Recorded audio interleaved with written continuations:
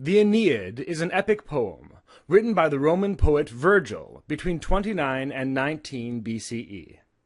Virgil composed this epic for his patron, Augustus Caesar, the first emperor of Rome.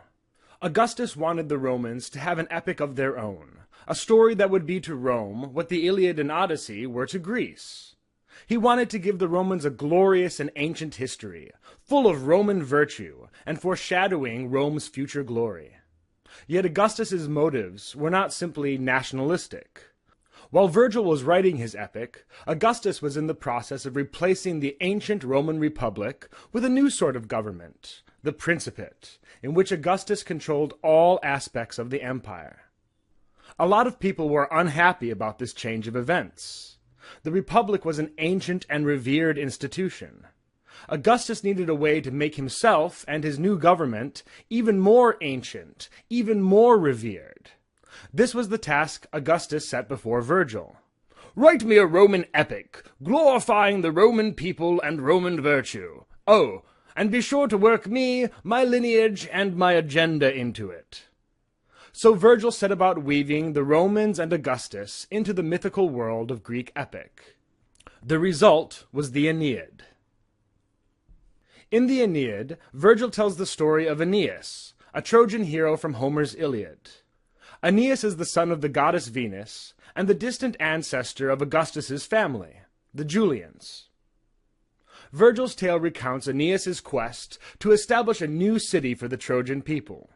From the beginning, we learn that Aeneas is destined to settle in Italy and give rise to the mighty Roman Empire, to whom all nations and people look in awe and wonder.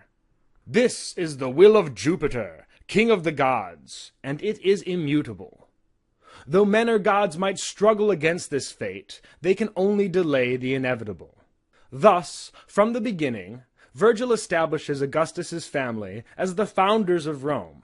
It is Aeneas's destiny to leave behind the rubble of the old, and lead his people to a new and glorious future. Aeneas accepts this destiny, though he does not understand it. All he knows is that this is the will of the gods. Throughout the story, Aeneas is tempted to turn from his quest, by the frustration of mounting catastrophes, or by the enticement of a friendly port. Yet Aeneas accepts the suffering and hardship. He ignores the deepest wishes of his heart, and obeys the will of the gods. This makes Aeneas a very different hero from his Greek counterparts.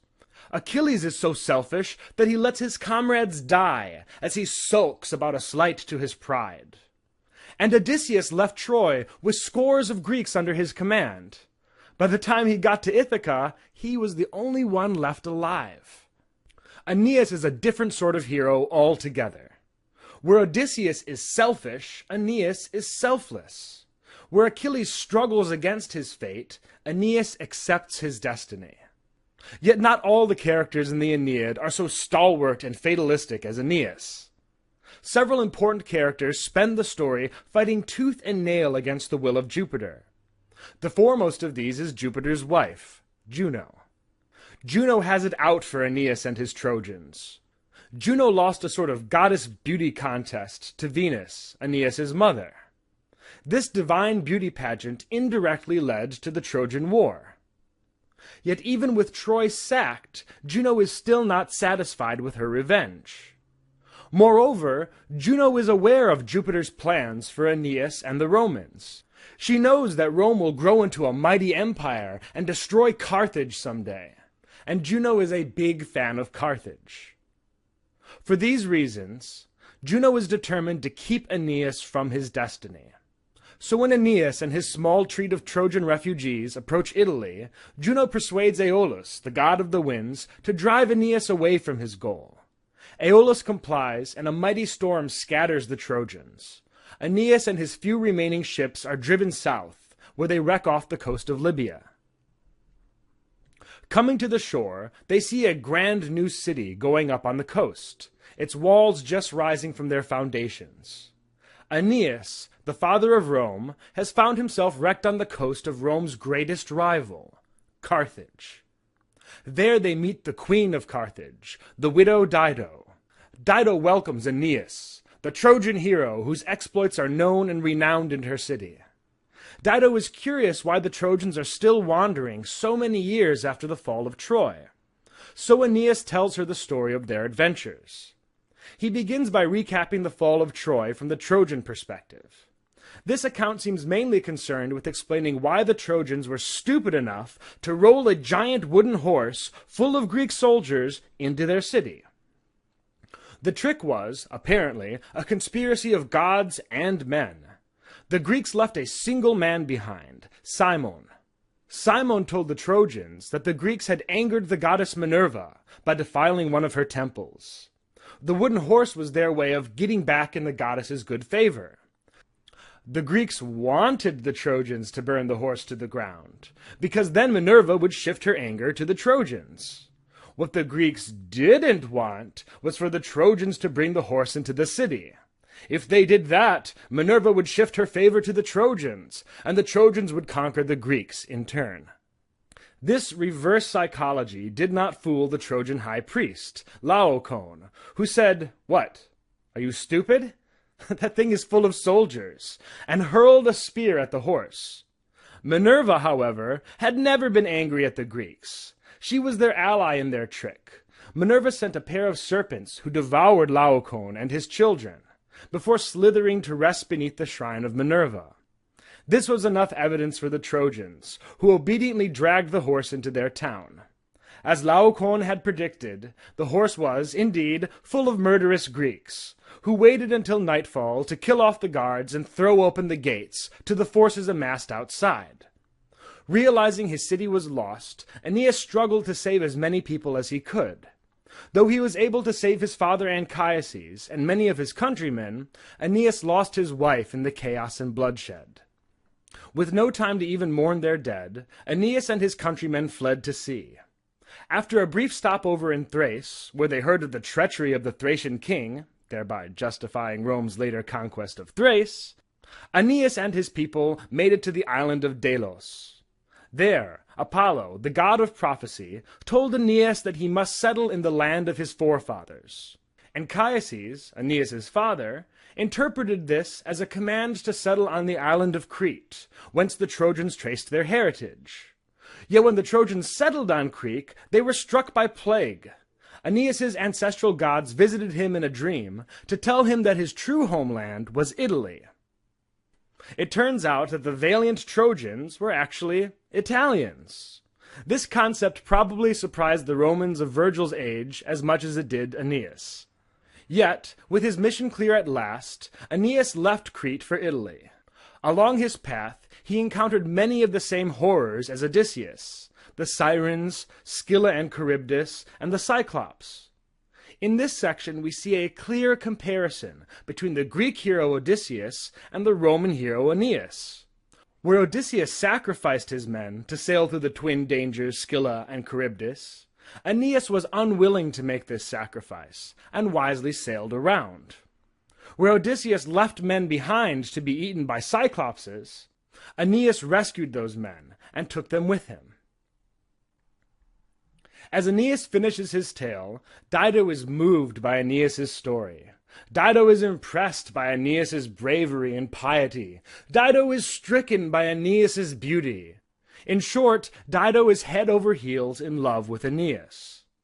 Aeneas seems to return the feeling, and the two spend a rainy day making love in a cave. After this tryst, Dido assumes that they are married. Aeneas and his people will settle in Carthage and take honored places. Aeneas, however, is aware that he cannot stay in Carthage. Aeneas wants to stay, but the gods make it clear that his destiny lies in Italy, not Africa. As Aeneas sails away, Dido jumps onto a huge pyre and runs herself through with a sword, cursing Aeneas with her dying breath. The doomed romance of Dido and Aeneas became one of the most enduring themes in Western literature, on par with Romeo and Juliet.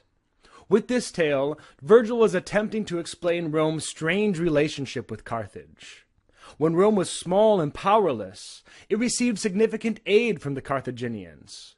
Yet as Rome's power and ambition grew, its old ally became its chief rival. Rome eventually utterly destroyed Carthage. Virgil's account suggests that they still felt a little bit of cultural guilt over this betrayal. Though stricken with grief for Dido, Aeneas leads his Trojans to Sicily, where they hold funeral games in honor of Aeneas' father, Anchises, who died on the journey to Carthage. Anchises visits Aeneas in a vision, and tells his son that he has one epic journey left to make before he can settle in Italy. Aeneas must visit the underworld. In his description of the underworld, Virgil follows an ancient tradition of epic. Odysseus made a similar trip to the land of the dead in the Odyssey. And in the Epic of Gilgamesh, Enkidu sees the underworld in a dream. Virgil's account is far more vivid than any of his predecessors, and it would provide inspiration for later Christian writers like Dante. With Apollo's prophetess, the Sibyl, to lead the way, Aeneas passes into the underworld. There he sees how souls are divided in the afterlife. People who are not buried properly cannot cross the river Acheron to enter the underworld. This seems sort of like a precursor to the Catholic notion of limbo. Across the river Acheron, the recently deceased line up before Minos for judgment, just as Christians expect to stand before the judgment of God. Beyond the great king lay the field of war heroes, where the shades of fallen Greeks scurry in fear from Aeneas, and the field of mourning, where those who died for love wander in grief. Among them, the recently departed Dido, who gives Aeneas the cold shoulder when he tries to apologize for breaking her heart. When Aeneas gets to the fortress of Rhadamanthus, we gain a special insight into the morals of Rome, or at least the morals Augustus wanted for Rome. As Aeneas watches people pushing boulders uphill, or being flayed alive, he asks the Sibyl, who are these sinners to deserve such awful punishments? The Sibyl replies, "Here in a prison house awaiting doom are men who hated, long as life endured, their brothers, or maltreated their grey sires, or tricked a humble friend. The men who grasped at hoarded riches, with their kith and kin not sharing ever, an unnumbered throng. Here slain adulterers be, and men who dared to fight an unjust cause, and break faith with their own lawful lords. Yon traitor sold his country, and for gold enchained her to a tyrant, trafficking in laws, for bribes enacted or made void. Another did ancestrously take his daughter for a wife in lawless bonds. All venerated some unclean, prodigious crime, and what they dared, achieved. I could not tell, not with 100 mouths, 100 tongues, or iron voice, their diverse shapes of sin, nor call by name the myriad pangs they endure." Here we see the primary sins of Rome under Augustus. Sins against the family, hating your brother, abusing your father, incest and adultery. Sins against your fellow man, greed, selfishness, and refusal to help those in need. And sins against the state, treachery, installing tyrants for gold, accepting bribes to sway legislation, fighting in an unjust cause, and breaking faith with one's lawful lord. Yet Virgil's underworld is not just a place to punish the sinful. It is a place of purification. Once souls have their sins stripped away through ages of torture, they make their way to the peaceful Elysian fields, where the blessed souls reside. This makes the underworld sound a lot like purgatory, and the Elysian fields a lot like heaven. It is important to remember that Virgil's epic was written decades before Jesus ever drew breath. Christianity drew a great deal of inspiration from Virgil, and it is no surprise that Dante would use Virgil as his guide in his own account of the afterlife, the Divine Comedy. In the Elysian fields, Aeneas is reunited with his dead father, who has a special treat for him. Before them, a line of spirits await reincarnation. Anchises informs Aeneas that these are his descendants, waiting their chance to be reborn. With the foresight of the dead, Anchises tells Aeneas the fate of each, from Aeneas' son and grandson, to Romulus who had found Rome, all the way to Augustus, the proud emperor of a glorious empire. Now at last Aeneas understands what he is fighting for. He knows why he could not settle in Crete or Carthage. Aeneas sees the glorious destiny of the Romans and his progeny, and he knows that all of his struggles and suffering will be worthwhile. As Aeneas makes his way out of the underworld and toward his destiny, the epic reaches its halfway point, and Virgil changes gears.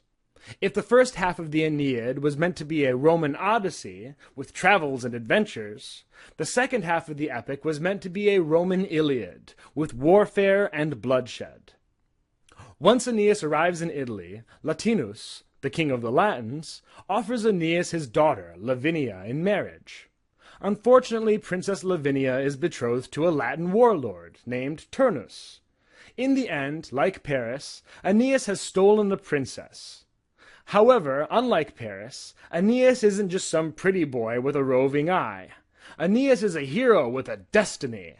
This conflict between Aeneas and Turnus is established at the beginning of the second section. It is absolutely clear that Aeneas and Turnus are going to have a duel to the death. Yet every time the two seem ready to fight, Juno intervenes. She seems to realize that she cannot stop Aeneas from achieving his destiny, but she is intent on delaying him and making him suffer. Virgil drags this conflict out over 6 books. Unfortunately, Virgil does not seem so inspired in this second half of the Aeneid as he was in the first. It almost seems like he's just going through the motions. As we saw above, the underlying conflict is essentially the same as the Iliad. A Trojan steals a princess. Battle ensues. Yet Virgil doesn't seem to be adapting Homer as much as he's simply copying the great Greek bard.